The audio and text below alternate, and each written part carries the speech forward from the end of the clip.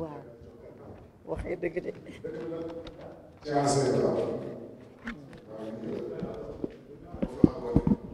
man maag ñoom la maag ñi nga fi lim su ma nekkee ci dëkk bi ber sama yoonu bopp saa yu ma xëyee ci Sénégalais yi laay xëy dama damm tey ji laa koy soog a xam laa jël nii léegi lañ ma rajo ne ma da ngaa damm depuis bi ñu ñëw léegi ni nga ma waroon opéré tey man leen non sama sœur dafay ñëw dama koy bàyyi ba suba yaa ma yar yaa ngi doon taxaw sa fenêtre léeg-léeg ne booy bàyyi leen coow li mais li ma doon ci dëkk bi nag sama yoonu bopp laa yor pour les Sénégalais matin midi soir ci seen affaire laay daw maa ngi police maa ngi tribunal ba jeudi bi it am naa jugement te war nañ ma opérer suba mais dama ko ba ngir yow bon on peut dire que waruma ñoom li ñu la fi jooy lépp man waruma ko mi ngi sumay poos ñoom li ñu la fi jooy mi ngi sumay poos bu ma ba neexee argentin la bu ma neexee sénégalais la mais je suis sénégalais li ñu lay ñaan nga toog fii confirmer ko rek ngir yàlla jàppaleel ñii dama def tout nag ba ne naa la gis wax ak yow ñii fi toog kenn xamu la man maa la xam bi ngay avocat te li ma la xam nga si dara dawal sa xel tuuti li ñuy def remercier la ñëw bi bàyyi say yitte ñëw toog tamit ñu wax la nga tontuñu nañ yeggali loolu fii na am consul rek wala ambassade problème yëpp dina jeex problème yu ndaw yooyu rek lañ am amuñu fi yeneen détail merci beaucoup. nuyoo bi nag dañ ciy jiital rek Cheikh Mouhamadul Mountakha di ñaan mu yàgg fi lool di ziare bu baax a baax mbooleem kilifa yi nga xam ne nii ñooy kilifa yi diine te nekk Sénégal. gannaaw loolu itam kàddu yi ñu jëwriñ wax ni nan la ko yeggee lépp rek day delluwaat ci njabootuk Sénégal gi nga xam ne mooy sénégalais yi nekk ci dëkk bi seeni yitte ak seeni soxla mooy kàddu yu jëwriñ mooy yittey jëwriñ mooy ay soxlaam te soxla yi weesuwul ku ne xam na ne Argentine nekk na dëkk bu sori lool sénégalais yi am fi jafe-jafe këyit xëj na loolu moom ñoom Moustapha ak ñoom Ahmadou Bamba mii danañ la ko gën a yaatalal waaye jëwriñ bi nu déggante léegi téléphone nee na ma Abdou Lahad waxal nu soxna si ni ko lii di wàllu casier judiciaire doon na lu jafe ci mbokk sénégalais yi nekk Argentine lépp lum nu ci mën a yombalal ba mu jàppandi casier judiciaire jafe na lool sénégalais yi fii Argentine jëwriñ nee na loolu moom dafa doon yóbbante boo xam daf cee préciser ngir nu mu mën a jàppandi ci sénégalais yi mu yomb. beneen bi ci des mooy doomu adama fi mu juddoo la xam waaye xamul fi muy bàyyi ko am nañ fi ay mbokki sénégalais yoo xam ne itam dañ fiy ñëw waaye suñu borom day dogal ñu war ñu noppaloo fi te itam loolu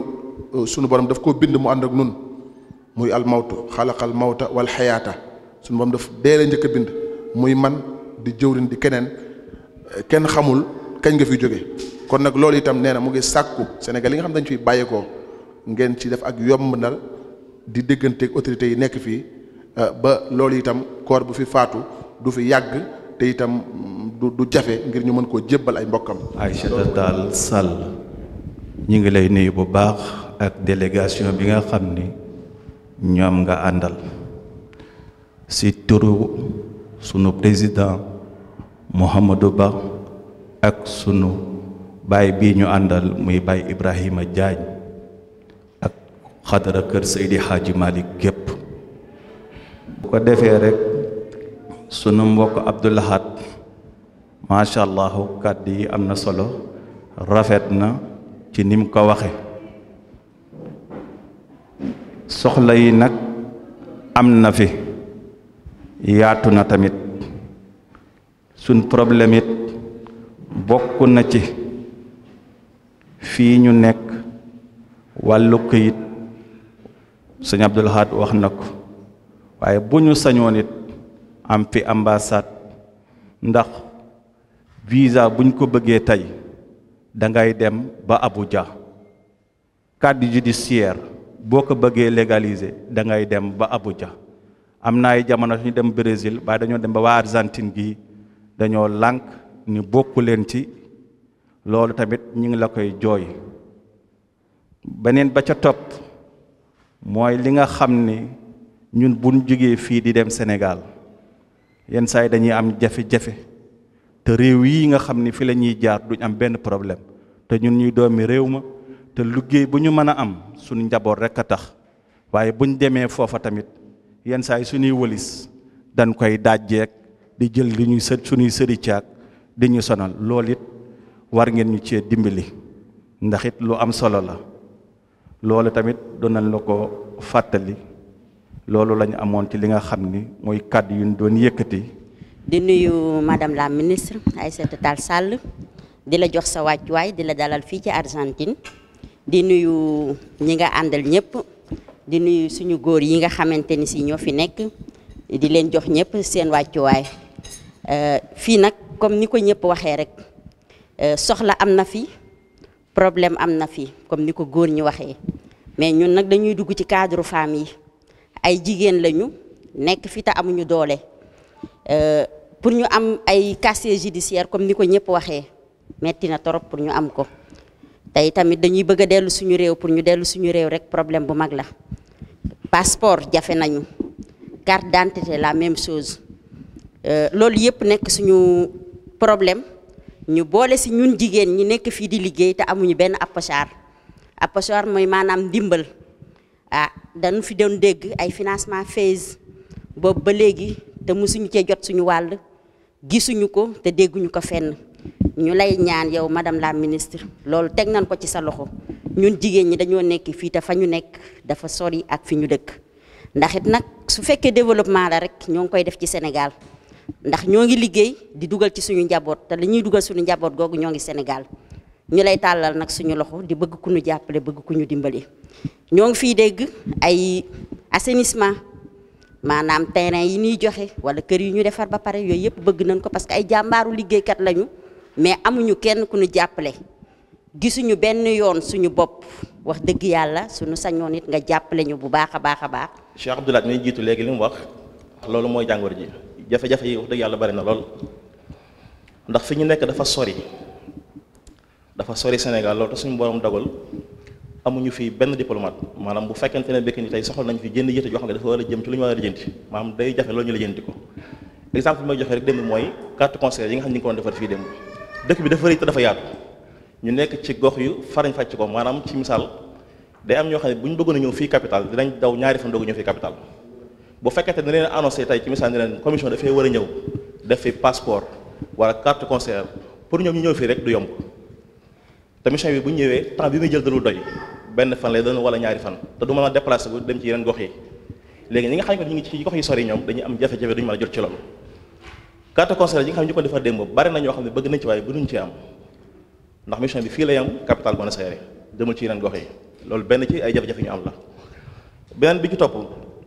suñu borom dafa dogal ki ñu yëg ci léegi wax na ni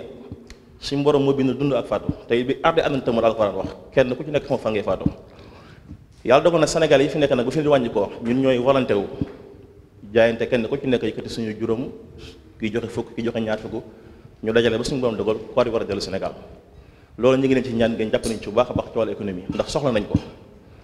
gars yi jox dëgg yàlla ay jàmbaar lañ lool mbokki tali bi fi nekk yëpp muy association ARSA muy acte sénégalais kenn ku ci nekk loolu man da nga ko ci def ngir koor boobu dellu ci jàmm ay mbokkam waaye parfois dañu am ay jafe-jafe te am na ci moo xam ne yéen seen loxo foo mën a àgg ñun mënuñu faa jot te yaakaar naa ni yéen suñu loxo yi nday jot te loolu moo leen si bàyyi kon ñu ngi leen di ñaan bu baax ngeen jàpp nañu ci loolu bu baax a baax a baax. Je me nomme Khadim Bamba Dione président acte des Sénégalais en Argentine ànd ak ñi nga xamante ni ñooy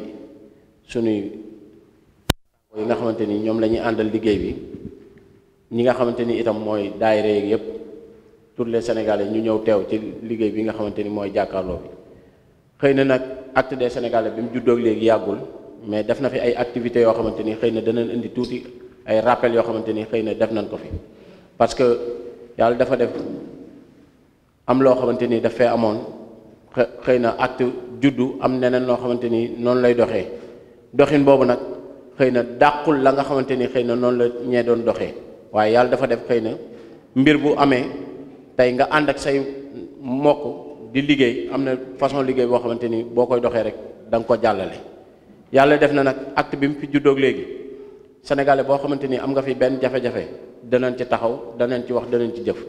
nous sommes les ambassadeurs fii ci biir Argentine te ambassadeur bi nga xamante ni ñun dañ koy def fii ci biir Argentine dañ koy def ngir lan ngir jëm yàlla ji rek tax ngir lan ngir sunu mbokk yi nga xamante ni ñun sénégalais en tant que sénégalais ñu bañ a am benn jafe-jafe fii wala benn xëy na diis goo xamante ni luy dal suñu kaw la ñu fexe protéger wu ba du dal suñu kaw. ci biir loolu pandémie bi jaar na fi muy wàllu pandémie bi nga xamante ni moo fi jaar tey Acte des Sénégalais da doon collaborer ak yenn organisation yoo xamante ni lépp loo xamante ni dund la da ko doon jëlee ci organisation yi di ko jox sénégalais yi ngir ñu mën a dund. ci biir pandémie bi itam Acte des Sénégalais fexe na ba organisation yoo xamante ni tey lépp loo xamante ni tey vaccin la wala lu mënti di doon fexe nañ ba sénégalais yi di ci accéder wu. tey ci biir pandémie bi lépp loo xamante ni wàllu IFE la muy lépp loo xamante ni dañ ko doon fayeeku ci nguuru Argentine te doomu Argentine di ko fayeeku fexe nañ ba doomu sénégalais yi itam di fay.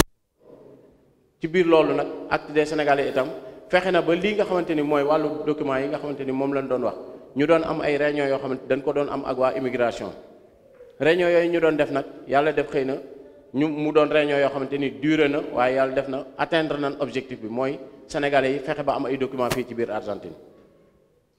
comme ni leen ko sunu naataango bi waxee nag bi nga xamante ni tey documents yooyu ñu ngi ñu koy jox xëy na am na ay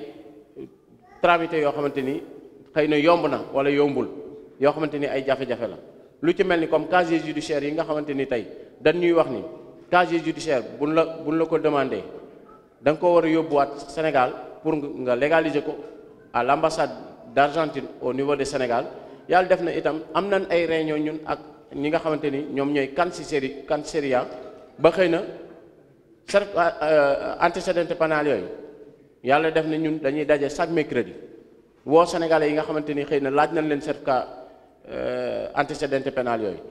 buñ dikkee buñ ko dajalee chaque vendredi ñu yóbbul ko ña nga xamante ni ñoom ñooy Cancilleria ñoom ñoo koy jël par voie diplomatique ñu yóbbul ñu ko Sénégal ngir légaliser ñu ko loolu yàlla def na xëy na fexe nañ ba atteindre objectif boobu itam. di leen xamal ni aussi en tant que autorité Argentine aussi dañ koy remercier Argentine gii ñu nekk ndax réew moo xamante ni si yaa nga fa amuloo fa benn représentation diplomatique mais amuñu yenn tracasserie yoo xamante ni si ñu ngi ñu koy teg lépp à travers les associations yi fi nekk ak ay bonne volonté yoo xamante ni si ñi ngi fi donc dox diggante autorités yi Argentine yi ak sénégalais yi yombalal ñu lépp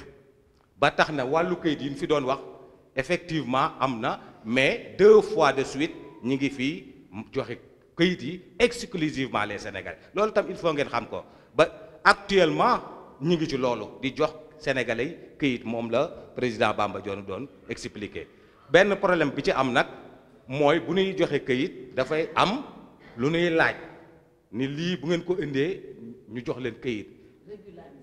régulariser voilà léegi ci loolu bu ñu déposer li ñuy déposer comme ñoom tamit am nañu droit di saytu ci nit ki nekkinam ci wàllu justice et cetera ndax amul trace moo tax ñuy exiger antécédent pénal mooy casier judiciaire yooyu d'habitude buñ ko daan laaj sénégalais bi bu ñëwee bu jógee Sénégal ñu légaliser ko ministère affaires étrangères Sénégal indi ko fii dañ koy yóbbu au niveau du Brésil ñoom ambassade bi jox def ca lañ cay def jox ko ambassade Argentine ba Brésil ñu légaliser ko mu doog a effectif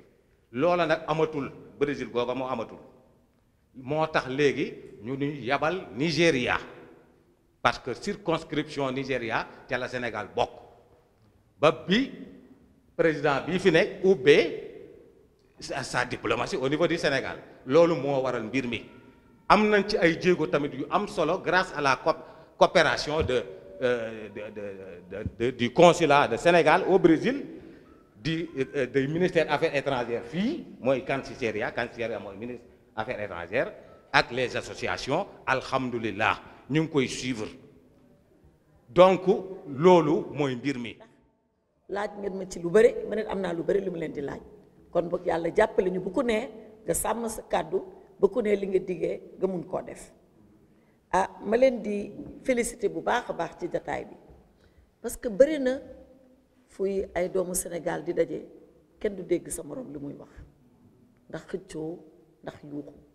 loo xam ne nag àndul ak yar àndul ak teey man de man ànduma ci kon boog yéen waa Argentine dama leen di félicité ci seen toogaay bu rafet ak seen taxawaay bu rafet te lii nag mooy ambassadeur Sénégal bitim réew ku nekk ci yéen war naa mën a jàpp ni mooy ambassadeur Sénégal foofu mu toog parce que ku ci nekk ci yéen ci ni ngay jëfee ni ngay waxee ak ni ngay defee ci lañ lay àttee ci sa réew sànq ñoo ngi jógee benn musée bëggoon koo méngale ak Gorée musée bi ñu ngi koy woowee ESMA ñu nekk fa 4 heures defe naa ba 6 heures passé secrétaire d'État aux droits de l'homme fekk ma fa nee ma man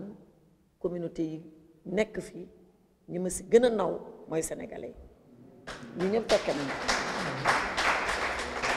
te mu ne ma waxuma la ko parce que yow yaay seen ministre te nga ñëw fii dama la ko wax parce que dëgg la man damaa bëgg communauté sénégalaise parce que gis naa ni ñu taxawee gis naa dañoo bëgg a liggéey ba ma tontu ko ma ne leen ñooñu da ngeen war a xam ni liggéey daan seen doole moo leen fi indi te li leen fi indi aussi dina yokk yéen seen koom-koom ndax Sénégal démocratie la yàgg na amul kenn ku fa jógee ndax dañ laa persécuté amul kenn ku fa jógee ndax dañ laa noot képp ku fa jógee rek daan sa doole wuti lu baax moo la yëkkati kon boog bu ñu ñëwee seen réew am fi taxawaay bu rafet liggéey daan seen doole def nañu lu leen war mais kontaan naa di dégg loolu ci sama njaboot kontaan naa bu baax donc da ngeen xam ni li may wax ni du yéen a ma ko wax argentin kilifa Argentine moo ma ko wax donc su ma toogee fii war naa leen ko jottali pour ngeen gën a yokkaat jàmbaar gën a yokkaat seen taxawaay gën a rafetal encore seen toogaay bu loolu weesoo ci li ngeen di tawat ñu koy dégg ci ay bërëb yu bëri ndax xam ngeen immigration moom yéen a ma ko gën a xam ndax yéen a koy dund maay ministre bi mais yéen a koy dund bés bu ne saa yu ñu demee bitim réew nañ dégg lu mel noonu lu si gën bëri mu am nag loo xam ne kooku particularité Argentine la dinaa si dellu si benn bi mooy li ngeen di wax ci ay jafe-jafe kayit suñu kayitu bopp maanaam suñu passeport suñu carte nationale d'identité loolu dañuy dem fu bëri ñu koy dégg ndax Sénégal yàlla def ñoo nattoo ñuy tukki loolu bii Sénégal doone Sénégal ba léegi ci loolu la ñu yàlla nattoo alhamdulilah sant si yàlla bu baax ndax am na ñoo xam ne bëgg nañ ko te mënuñu ko bëgg nañ ko te amuñu xel bu ñuy demee ba génn ñun nag yàlla may nañu bëgg nañ ko yàlla jox nañu xel bi ak pexe bi ba ñu génn di dem kon bokk war na doomu Sénégal fépp fu mu toog Sénégal fekk ka fa Sénégal fekk ka fa mooy kayit yi nga xam ni moom la yaakaar Sénégal te mu doon wareefu gouvernement Sénégal mu jox ko gouvernement bi jox ko kayit yooyu muy passeport muy carte nationale d'identité ministère ba nag def na jéego yu rëy ci anam yooyu ci ndigalu président Macky Sall mais ba tey des na c'est pas parce que def nañu jéego yu rëy rek que dañuy toog naan mbir mi baax na déedéet mbir mi des na lu bëri sax mais ñoo ngi si mooy dañ daan def saa yu ne ñu yónnee lu ñuy wax ay valise parce que li ngeen war a xam mooy passeport yi ministère affaires étrangères moo leen koy jox mais ministère de l'intérieur moo koy defar ministère affaires étrangères passeport diplomatique rek lay defar mais yeneen passeport yépp yi ñuy yor ministère de l'intérieur moo koy defar mais bu ko defaree ba pare nag ñun ñii ñoo war a jël jox leen ko indil leen ko bi nag foofu lañ amoon ay difficultés yu bëri jàppoon ci ay sociétés yoo xam ne ñoo ko waroon indi léeg-léeg ñu dem léeg-léeg duñ dem léeg-léeg ñu naan boo leen ñu fayulee ñun avion bi du mën a dem indi ñu ay jafe-jafe président Macky Sall ne na ngeen seet fépp fu sénégalais yi bëree da ngeen fa samp benn centre de production maanaam seen passeport dootul dem ba Dakar ñu koy defar foofu ñu ne fa la ñuy defaree passeport yi loolu waaw loolu am na kay macha allah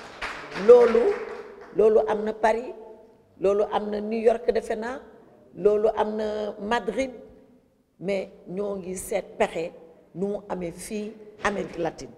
ndax dañ koy def Brésil ndax dañ koy def Argentine dinañ seet fu mu gën a yombee ndax au lieu ngeen di dem ba Dakar wala waaje ñëw fii def tuuti rek dellu Dakar parce que am na ku ko wax defe naa monsieur le président yow yaa ko wax parce que bu ñu ñëwee ñu def 2 jours ak dëkk bi nu mu réyee mais loolu liggéey bu yàqu la mënul nekk liggéey bu yàqu la parce que en 2 jours mënoo dajale sax peut-être capitale bi astamaanaan da ngay dem Cordoba wala da ngay dem fee wala da ngay dem fee wala da ngay dem fee donc centre de production mooy suñu jublukaay loolu lañ bëgg a sampal leen fii passeport yi ak carte d'identité yi ñu koy mën a def fii donc loolu dinañ ko waxtaan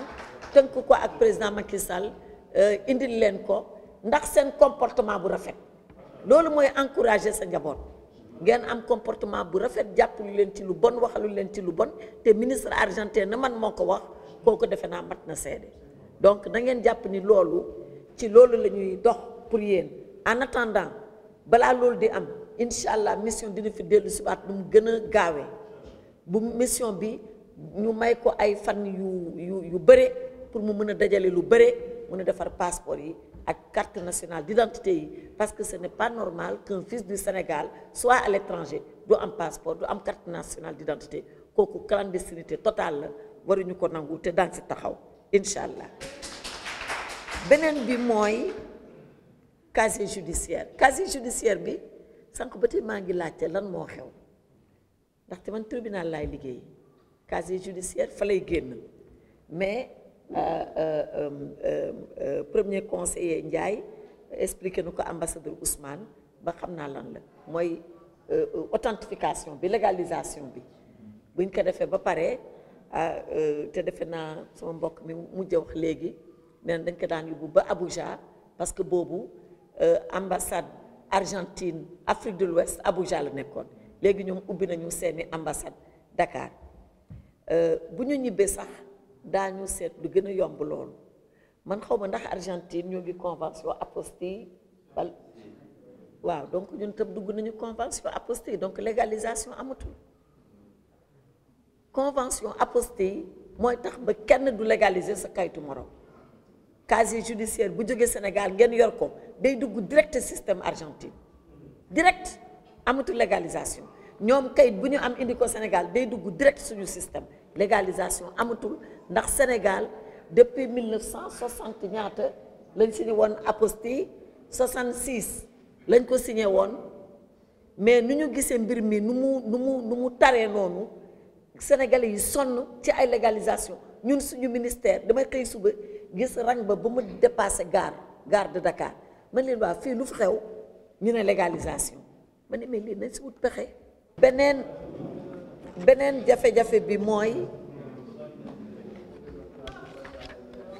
beneen jafe-jafe bi mooy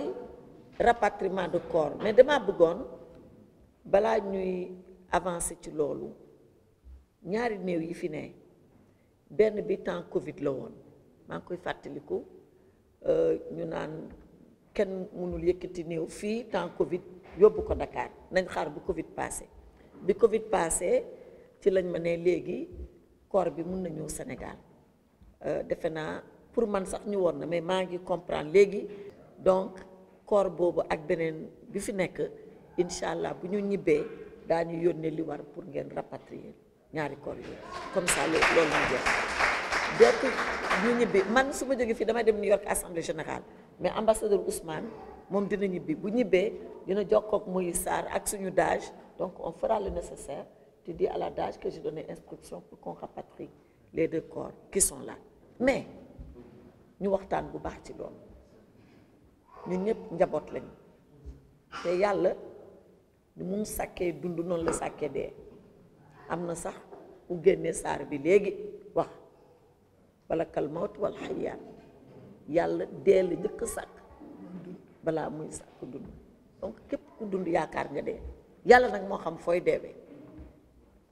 man damaa defe ne léegi jot na bu dee dañuy waxtaane njaboot di waxtaane dëgg te lii may wax nëbbuwuma ko waxuma ko rek ngir Argentine ca assemblée nationale Sénégal laa ko waxee donc peuple sénégalais yëpp laa ko waxanteel nga ñëw ministère fekk budget boo xam ni amuloon sax budget pour rapatriement parce que coobare suñu président de la République Abdoulaye Wade la woon ak léegi Macky Sall ñu ne sénégalais bu dee à l'étranger daan la jàppale pour sa néewu mbokk sa néew mën a dellu si Sénégal lu amuloon budget ba tey ñoo ngi 800 millions ci loolu 800 millions loolu alal la te am na fu muy dem am na fu mu mën a dem donc il faut que ñu réfléchir nag mooy di wut assurance boo xam ni ku ci nekk boo cotiser sa tuuti walla xool walla xool lii bu amee dina mën a dem ba am koo xam ne dina ànd ak néew bi benn nit walla ñaari nit ñu mën a yóbbu néew bi dellu si waat continuer seen liggéey mais loolu lu tax ñun duñ ko def boo waxee rek sama mbokk Haalpulaar yi sant lii ak yi sant Sow naan man duma cotiser pour dee mais comme yow xam nga ni yàlla dee la sàkk balaa muy sàkk dund xam nga ni xel lu nit yow di nga dee kay cotiser mais boo leen ñu déedéet man duma cotiser pour néew kañ ndax ci la bokk donc loolu ñun ministère bi ñoo ngi si jublu bu baax a baax daal leen fi indil assurance bi bu demee ba taxaw dootuma nangu ku may naan delloo si néew loolu dootul dugg sama nopp ñëpp nañ dem ci assurance bi c'est la solution les 800 millions qu'on met pour rapatrier mais mun na dem feneen ci diaspora bi mun na dina am leneen lu muy njëriñ dem na ba benn bés dafa am koo xam ne daf maa woo ne ma madame le ministre damaa bëgg nga jàppale ma rapatrier benn corps te fu mu gaañoo sorewul Sénégal te waa ji multimillionnaire la moo leen ëpp alal moo ma ëpp alal fuuf waa loolu est-ce que c'est normal est-ce que dañ ko def loolu ndax loolu ma ne ko noo yow duma la ko defal parce que néew ji woo doole parce que mun nga ko defal sa bopp parce que dangaa war a yërëm ñi nga xam ne seen loxo jotul seen ginnaaw te fii rek lañ yaakaar mais dañoo dem ba yaakaar ni loolu benn force la te du force dañoo dem ba yaakaar ni Sénégal mun naa jóoru alal boo xam ni loolu rek lay njëriñ te loolu xam ngeen ni mënul ne kon boog rapatriement yi fépp fu ma dem loolu laay wax damaa bëgg ñu si waxtaane ak dëgg bañ si demee xol demee si suñu xel mooy ñu wut assurance bi te ñu ngi koy taxawal bu boobaa ku ci nekk nga def ci lu tuuti mu ngi ma doon expliquer naan bu fekkoon ni France la defe naa ay 10 euros lay nekk jeex na ay 10 euros 10 euros c'est 6 000 et quelques francs voilà loolu kenn ñaanu ko yàlla je crois que c'est par mois ou voilà c'est quelque chose comme ça loolu en tout cas xaj na daal mën nañ ko donte ñun ministère bi dañuy seet lu ñu teg subvention mais ñun par exemple par an daañu dégager nangam dugal ko ci assurance bi li si des yéen ngeen mën ko compléter bu fekkoon ñu ay 6 000 francs la mu mun a wàññeeku encore mais loolu yëpp ay waxtaan la ay pexe la mais nii dama leen koy wax de du continuer dina am bés boo xam ne day taxaw parce que lu amul avenir te dëgg mooy dëgg waaw te dëgg rek mooy dëgg te mooy mujje donc ñu waxante ko beneen bi mooy consul général consul honoraire agence consulaire en tout cas représentation Sénégal fii waaw c'est vrai que loolu c'est une demande légitime lu war la boo leen gisee ñu wàññi ambassade yi dafa fekkoon ne budget Sénégal dafa dem ba àttanatul fu ne ñu fay am ambassade ñu naan léegi nañ jéem a dajale ambassade yéen ñi nekk fii waa Chili ak waa fan Pérou voilà Venezuela yéen ñëpp ñu boole leen ngeen Brésil mais wax dëgg yàlla ku xool sax carte bi xam na ni c'est des distances gis nga ñun balaa ñuy ñëw fii dañu waxtaan ak suñu fonctionnaires yi ba pare lii ngeen di wax ñoom dañ leen koy sàkkul balaa sax ñu dugg fii parce que su ma ñëwee il faut que ñu joow leen dañ leen di joowaate bi mooy dem leen di woon naan waa lan mooy seen jafe-jafe ñoom balaa ñuy ñëw sax dañuy defal ay rapport mais lii am na lii am na lii am na lii am na donc bokk na ci li ñu joow ci yéen problème passeport yi problème carte nationale d'identité yi problème rapatriement yi ak bi problème représentation diplomatique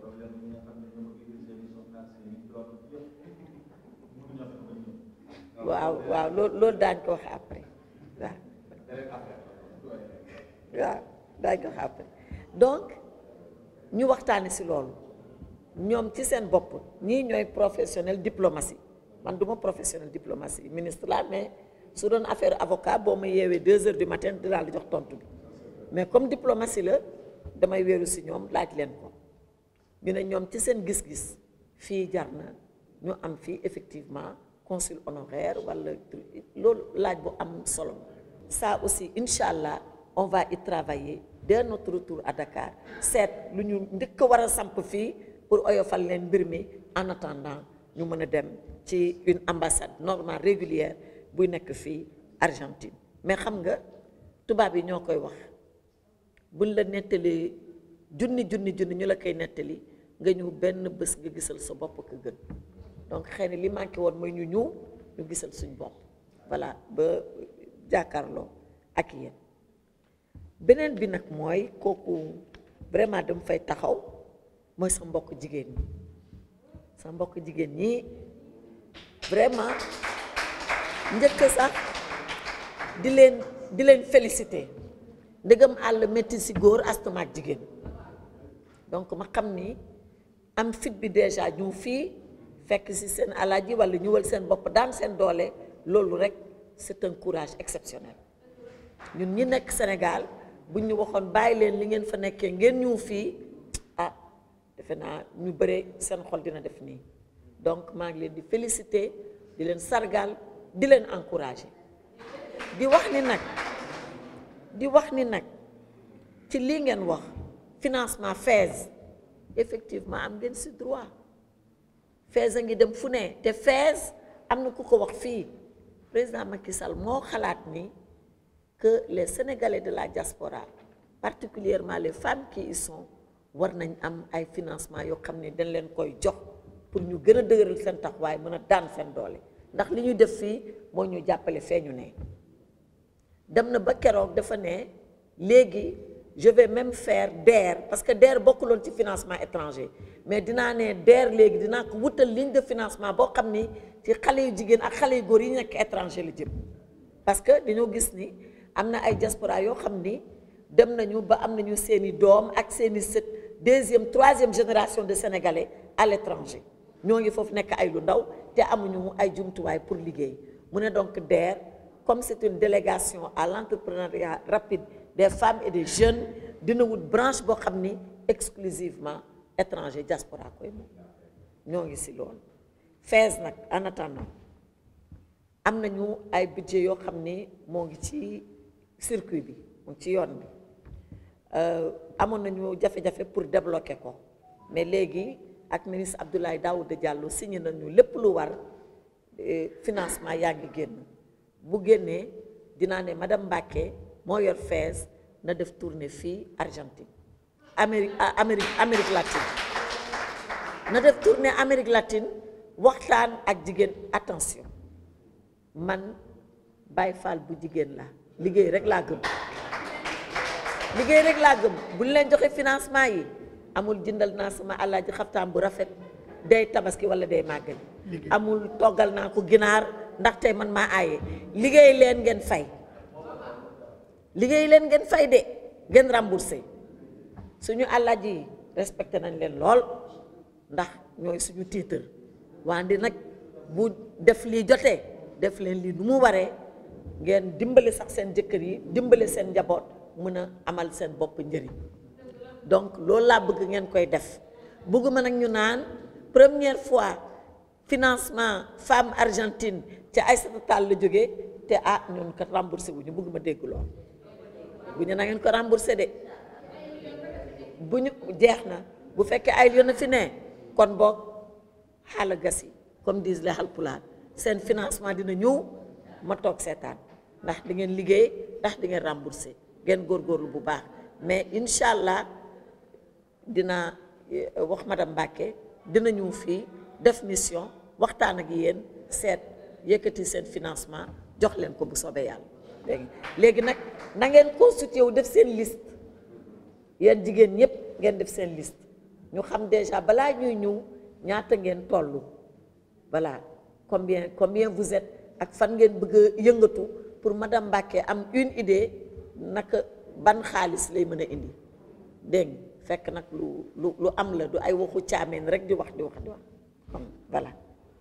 donc on est d'accord FAISE madame Mbacké dina ñëw incha allah et l'ambassadeur Ousmane va noter ça beneen bi mooy les 100 000 logements waaw les 100 000 logements yéen du gis ngeen keroog ñuy joxe ay caabi ci télé bi xam ngeen lu indi loolu li ko indi mooy fépp fu ñu dem ñu naan am na suñu wàll ci logement yi ñu ne leen da ngeen di war a organiser wu am ñu jóg naan logement yi sax daa amul dañuy coow rek daa amul man de waxuma sax président Macky Sall mais man mii yal na ma yàlla musal di wax loo xam ne du loolu bi ñu wax ji bu mu bëri suñ nopp ñu ne lii ñu commencé nañ joxe caabi yi ba ñu xam ne loolu am na waaw ñooñu jot caabi yi te ngeen gis ko ci télé ñooñu ñan lañu ay sénégalais mais dañoo organiser xam nga tey su ma toogee fii waxtaan bi neex ma ne leen waaw dinaa leen wutal financement fees te incha allah dinañ ko def dinañ rapatrier ñaari corps yi incha allah dinañ ko def nañ indi valise yu defal leen passeport carte nationale d'identité avant centre de production incha allah nañ ko def su ma leen ne léegi dinaa leen jox caabi logement du ma ko wax parce que mënu ma ko def xam ngeen pour lan organiser wu leen tant que amu leen coopérative ku leen ne dina leen jox caabi mu ngi leen di nax commencé leen def leen coopérative am ngeen ay kuréel yu fi toog am ngeen ay daayira am ngeen ay association am ngeen donc yéen presque seen organisation samp na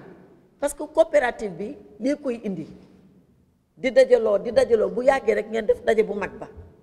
woote seen assemblée générale ne tey dañuy def coopérative des Sénégalais d'Argentine samp ko boo leen ko sampee yéen a xam parce que mbir mi dañ leen koy yombalal mais kenn mayu leen ko ah